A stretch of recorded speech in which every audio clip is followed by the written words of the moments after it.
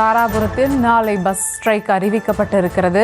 கூடுதல் விவரங்களுடைய நிகரா செய்தியாளர் காஜா மொய்தீன். வணக்கம் காஜா மொய்தீன், விவரங்கள். வணக்கம் மேடம்.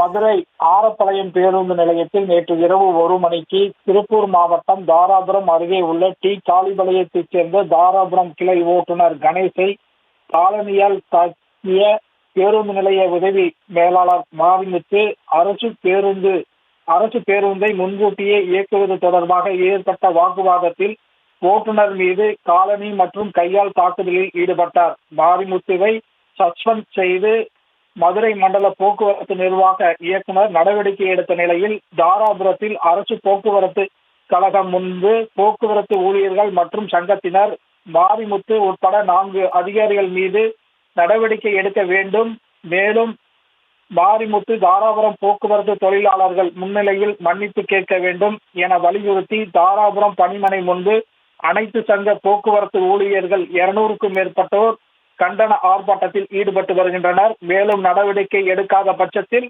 நாளை காலை செவ்வாய்க்கிழமை கோவை கோட்ட தாராபுரம் கிளையைச் சேர்ந்த 81 அரசு பேருந்துகள் அனைத்தும் மாரிமுத்து மன்னிப்பு கேட்கும் வரை காலை 6 மணி முதல் இயங்காது என போக்குவரத்து தொழிலாளர்கள் மற்றும் சங்கத்தினர் அறிவித்துள்ளனர். இதனால் பெரும் பரபரப்பு ஏற்பட்டுள்ளது.